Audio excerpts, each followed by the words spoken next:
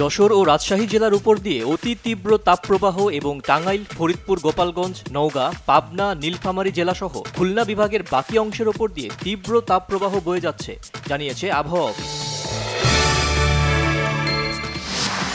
তীব্র তাপদাহের কারণে ৫ জেলায় আজ মাধ্যমিক, কলেজ, মাদ্রাসা ও কারিগরি শিক্ষা প্রতিষ্ঠান বন্ধ থাকলেও খোলা রয়েছে প্রাইমারি স্কুলগুলো। তবে এই স্কুলগুলোতে শিক্ষার্থী উপস্থিতি দেখা গেছে একেবারেই হাতে গোনা।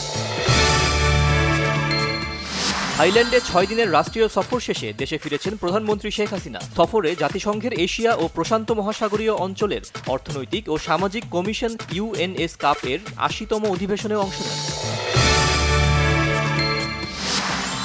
আওয়ামী লীগের কেন্দ্রীয় কার্যনির্বাহী সংসদের সভা অনুষ্ঠিত হবে আগামীকাল সন্ধ্যায়। সভাপতিত্ব করবেন প্রধানমন্ত্রী শেখ হাসিনা।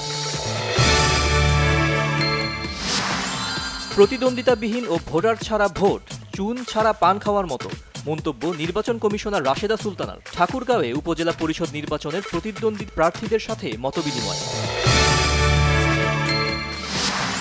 খেয়াল খুশি মতো ওষুধের দাম বাড়ানো বন্ধ করতে স্বাস্থ্য সচিব ও ঔষধ প্রশাসনকে হাইকোর্টের নির্দেশ। রাতভর ইসরায়েলি বিমান হামলায় রাফা ও গাজা সিটিতে নারী ও শিশুসহ অন্তত ২৭ ফিলিস্তিনি নিহত। বাংলাদেশের বিপক্ষে ৫ ম্যাচের টি-20 সিরিজ খেলতে চট্টগ্রামে পৌঁছেছে জিম্বাবুয়ে দল।